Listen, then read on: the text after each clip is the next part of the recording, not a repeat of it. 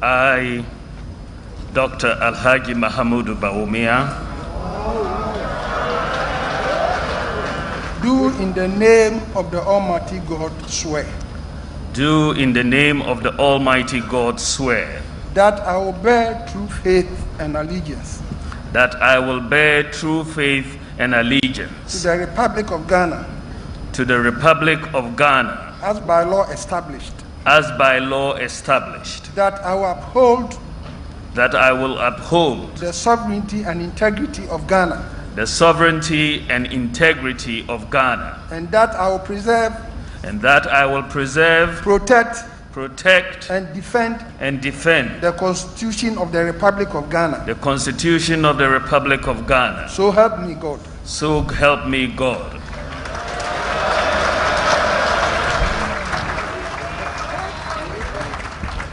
The oath. I, Mahamudu Bawumia, having been elected to the office of the Vice President of the Vice President of the Republic of Ghana, do in the name of the Almighty God swear. Do in the name of the Almighty God swear. That I will at all times preserve, protect, and defend the Constitution of the Republic of Ghana. And I will dedicate myself to the service and well-being of the people of the Republic of Ghana. And to do right to all manner of persons. I further solemnly swear. That should I at any time break this oath of office. I shall submit myself to the laws of the Republic of Ghana. And suffer the penalty for it. So help me God. So help me God.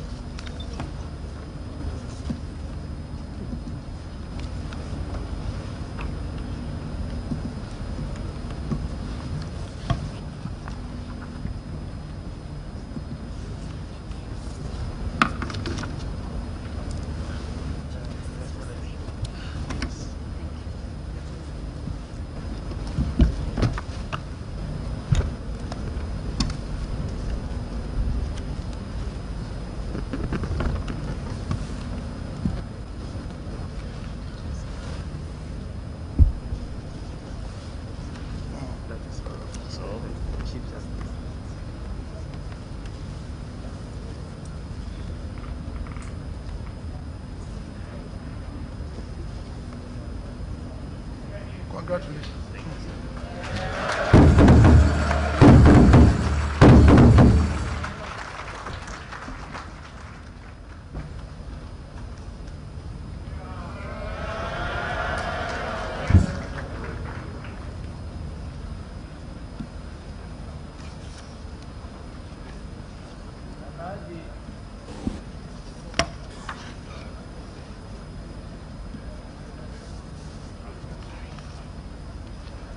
Alhaji Vice President, on behalf of the House and on my own behalf, I congratulate you on your assumption of the office of the land as Vice President of the Republic of Ghana. Congratulations.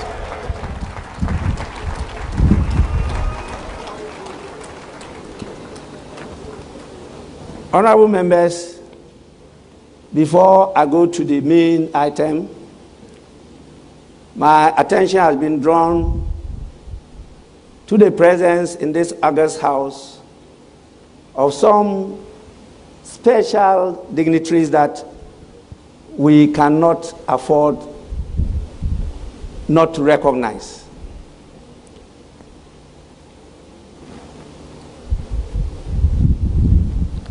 It's important that we recognize the presence of Her Excellency Rebecca Akufo Addo, First Lady of the Republic of Ghana.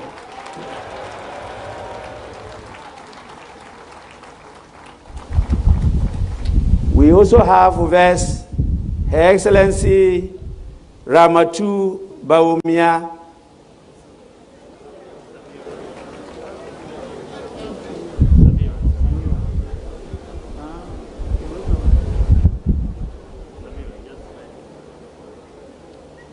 well,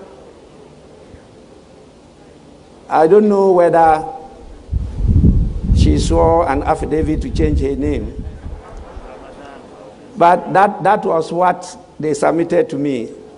So, Your Excellency, I apologize on behalf of the House for the mix-up.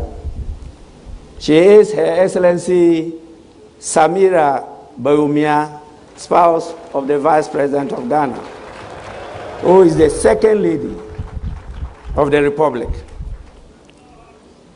We also have our revered traditional leader, a paramount chief, but I'm not recognizing him because of that title. I'm doing so because he is the chairman of the Council of State in the person of Nana Addo Dr.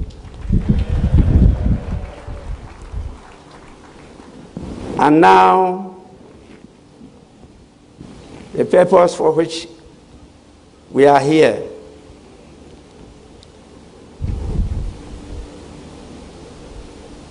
I have your permission to invite His Lordship, the Chief Justice, to administer the oath to the President-elect. Chief Justice, you may do so now.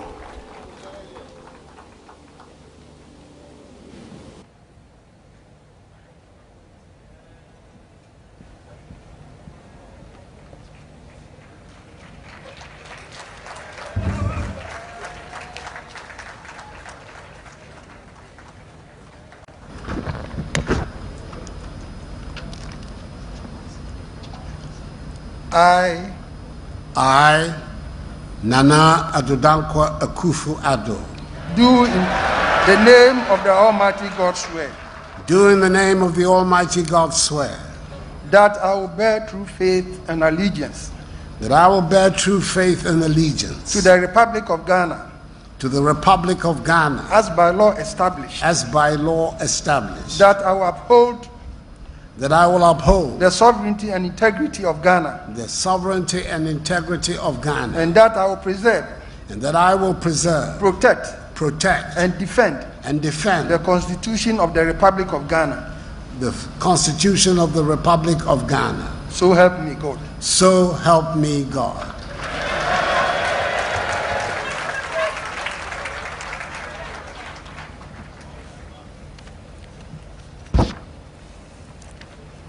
I,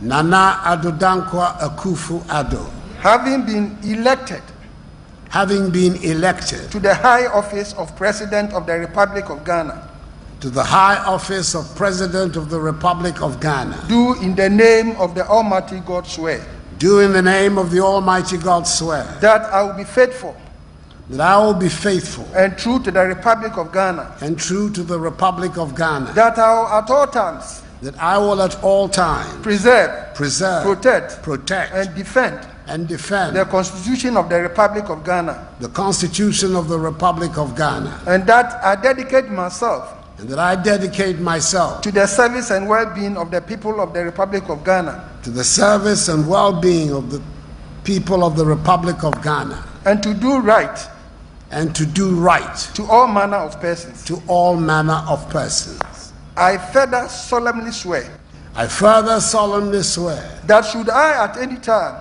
that should I at any time break this oath of office, break this oath of office, I shall submit myself I shall submit myself to the laws of the Republic of Ghana to the laws of the Republic of Ghana and suffer the penalty for it. and suffer the penalty for it. So help me God. So help me God.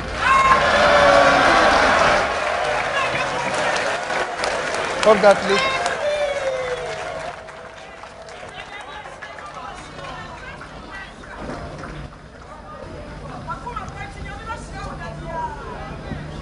Do you want me to fill this in?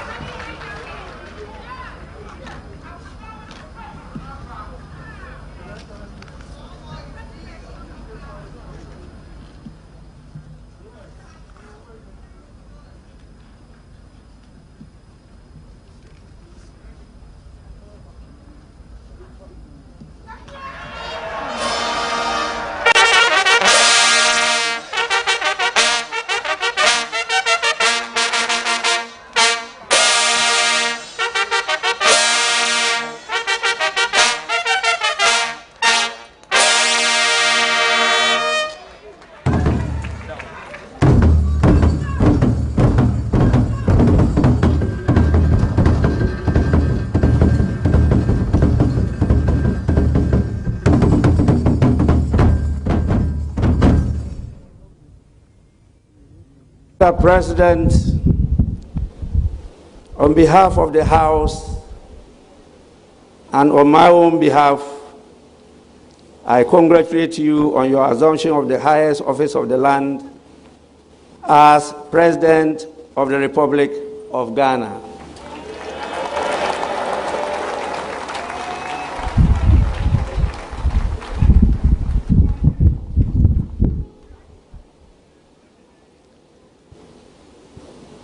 Honorable members,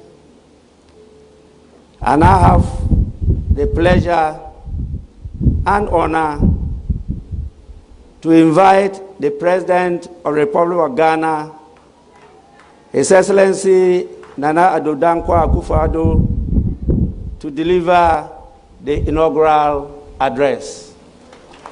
Mr. President, you may proceed to deliver your address.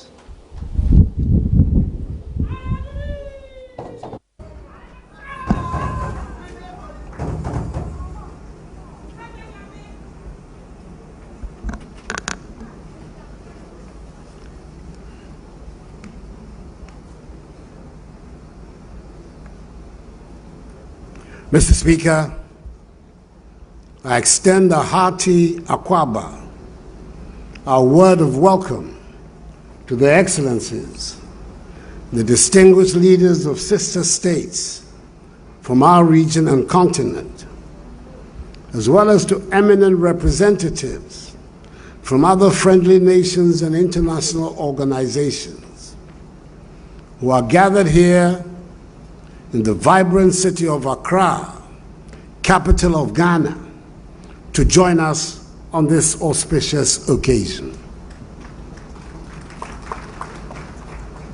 I thank each and every one of you for being present at this inauguration of my second mandate, COVID-19 notwithstanding. Your attendance is an expression of solidarity and friendship that speaks volumes of your attachment to the goals and aspirations of the Ghanaian people and state, for which we are very grateful. I must at the outset express my warm congratulations to my good friend and colleague of many years in this House, the Right Honorable Alban Sumana Kingsford Bagbin, on his assumption of office as the Speaker of the 8th Parliament of the 4th Republic. Nearly 3 decades of devoted service to Parliament by you has culminated in this moment, which has seen your elevation to the 3rd great office of state of our nation.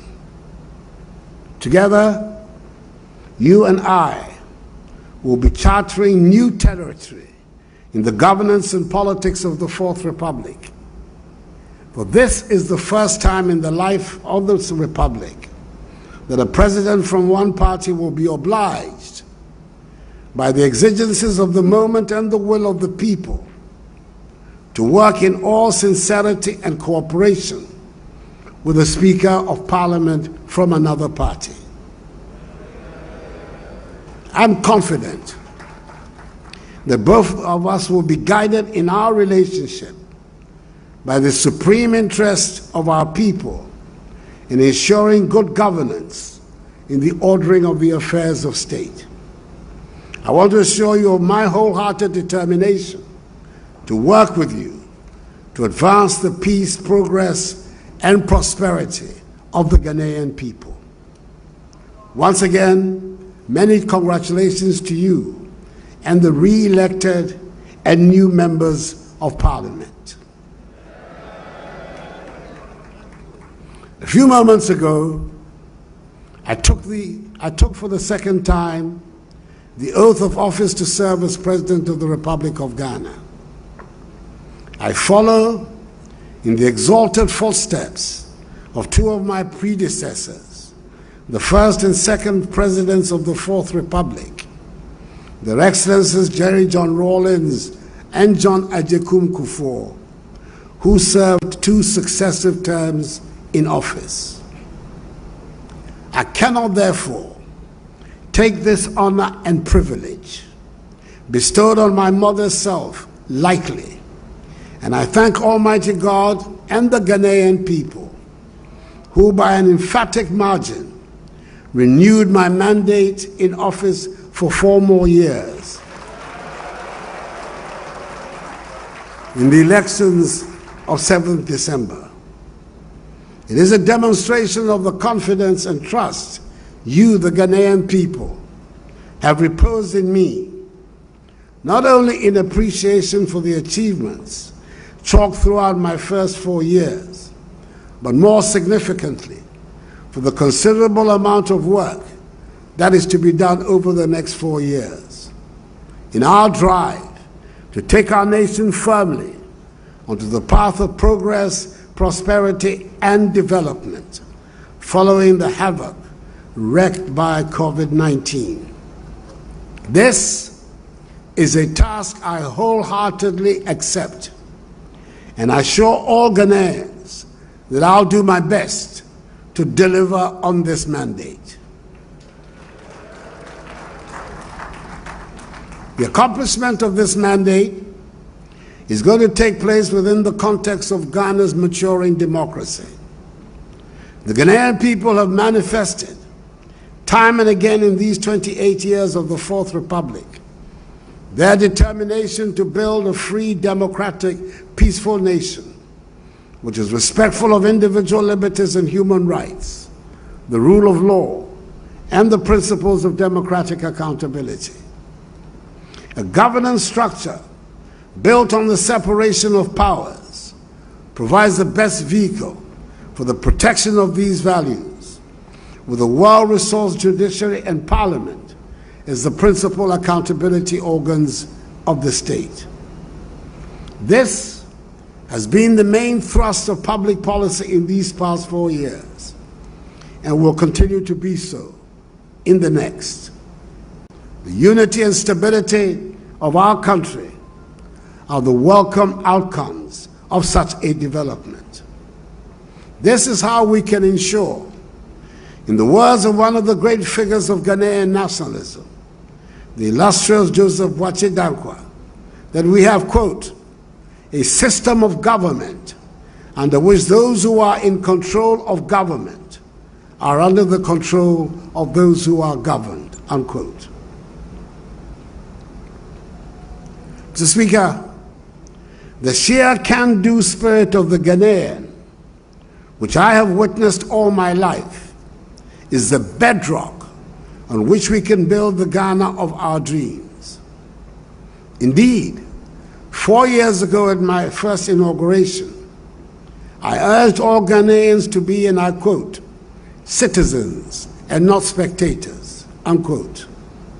I appeal to you to be active participants in the effort to help build the Ghana we want, the democratic, free, prosperous, and united Ghana envisaged by our founding fathers as the Black Star of Africa. In my first term as president, I was able to count on the contribution of all citizens in attempting to create this Ghana. What I have seen these last 4 years is further evidence, if any were needed, that the Ghanaian will no longer accept poverty and deprivation as his or her portion, but is rather determined to work to chart a path of growth and development for himself or herself. Today, our economy, even in the face of the global pandemic of COVID-19, continues to show resilience and a much faster rate of recovery than originally envisaged, and was indeed one of the fastest growing economies in the world in 2020. Ghana remains one of the most attractive destinations on the continent for direct foreign investment, with the presence in the country of some of the world's largest conglomerates attesting to this fact. Establishing a strong economy, undergoing structural transformation to value-added activities, which will generate jobs for our young people and enhance their living standards will be the main preoccupation of my second term. Together, we're ensuring that the basic tenets of social justice are met. Many said it was beyond us, but we have ensured that financial considerations no longer determine the fate of the Ghanaian child. Because of the implementation of the free senior high school policy, once willing and able, senior high school education is the minimum education to be received by every Ghanaian child. Access to quality health care is no more a luxury ordinary people cannot afford, following the revival of the National Health Insurance Scheme. Our aim is to reach universal health coverage as soon as possible. Food production has increased significantly, and a conscious effort has been made to improve the living standards of our farmers. The newly constructed warehouses dotted across the country are storing the surpluses for export to our neighbors, and the program for planting for food and jobs has become the veritable rock on which the successful future of our agriculture is being built.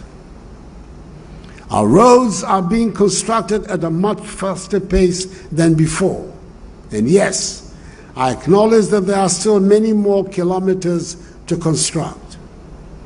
We defined last year as the year of roads. This year will be the second year of roads. As we continue with our focus on dealing with the deficit in our road infrastructure, the development of our rail sector, on which considerable resources and energies are being devoted, will open up the country and lead to the creation of a more connected society, and will also help realize the goal of regional and continental integration. The arrival of COVID-19 drove home the lesson to all of us that we have to be self-reliant. The pandemic has emphasized the fact that we cannot continue to be living on edge in a day-to-day economy. This is dangerous for our survival, and it is important that we set up buffers of protection in all aspects of our lives. So when there was a shortage in the supply of personal protective equipment, at a time when they were being sold at extortionate prices on the world market, the enterprise of the Ghanaian shone through. We produced right here in Ghana our own sanitizers, face masks, medical scrubs, gowns, liquid soap, amongst others. We can indeed build a Ghana beyond aid if we make full use, as we must, of the enterprise and ingenuity of our people, especially our young people. The prominent role being played by young people in the digitization journey of our nation is strong proof of the feasibility of this objective, and Ghana is set to become one of the most digitized economies in Africa in the next few years. In this same vein, I expect the locally produced Eku juice, one of the results of government's One District, One Factory flagship policy, to replace rapidly the imported fruit juices on the shelves of our supermarkets, not because anyone will so decree, but because the quality of the locally produced one is as good, if not superior. I doubt, Mr. Speaker, that anyone would ordinarily mention Akweteshi, the local gin, as a possible item on the world market. I cannot vouch for its taste or potency, since I gave up alcohol many years ago. But I can say that the made in Ghana and beautifully packaged Apio I have recently seen can compete in the most sophisticated markets in the world. My boundless confidence in the energy of the Ghanaian makes me believe that we can become the prosperous nation we aspire to, and soon. We have good reason to be proud of what we have been able to achieve so far. Mr. Speaker, we know that the democracy we seek to build and entrench in Ghana will ultimately succeed if we build a prosperous nation and our people are at peace with themselves and with the world. I pledge before this august House and the good people of Ghana that I will do all I do will be for the common good. And with a firm foundation laid in my first term of office, we shall take a significant step towards reducing the infrastructure deficit that has placed us all throughout our nationhood. The remaining 15% of our communities without electricity will be covered by the end of my second term. We have already begun constructing hospitals in the remaining districts that do not have one, a process which will be completed within the year. The percentage of Ghanaians without access to potable water is set to reduce significantly following the commencement of work on a number of water supply projects across all parts of the country. The majority of our people live in unacceptable housing, and we shall tackle the problem with vigor. With discipline and caution, just as we have done since March 2020, we in Ghana can continue to reduce the number of active cases of COVID-19, which currently stands at a little over 900, and open up our country again to the rest of the region, continent, and the entire world. We have taken the bold step of reopening all our schools again because our fundamental conviction that education is the key to our future. We will do everything possible to ensure not only the safety of the children, but of teachers and non-teaching staff as well. We Ghanaians have always been very much aware of our place in our neighborhood, in our continent, and in the world. We recognize that poverty and insecurity plague our region, and thus we shall continue to make our voice carry the weight of our convictions and contribute to making our world a safer and happier place. We shall play our full part in the deliberations and activities of all the organizations to which we belong: ECOWAS, the African Union, Commonwealth, La Francophonie, the United Nations, and others. Ghana, which has the privilege of hosting the Secretariat of the Africa Continental Free Trade Area, intends to be one of the main drivers of its success.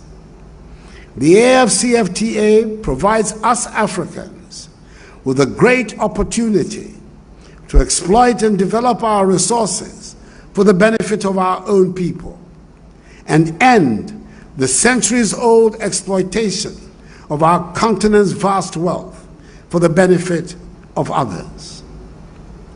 In the words of the historic first leader of our nation, the celebrated Kwame Nkrumah, and I quote, "It is clear that we must find an African solution to our problems, and that this can only be found in African unity. Divided we are weak. United, Africa could become one of the greatest forces for good in the world," unquote. To my fellow Ghanaians, I invite all of you to join in the exciting business of developing our country. There are endless opportunities if we remain united. What our forebears dreamed of, we will achieve. If we inherited dreams and visions from our founding fathers, we should leave legacies of achievements and realities to our children and their children. For I believe in the limitless prospects of Ghana and of us, her people. So let us be up and doing, and with faith in the Almighty, seize our destiny. Mr. Speaker, may God bless us all in our homeland, Ghana, and make her great and strong. Your Excellencies, once again, Akwaaba, I thank you for your attention.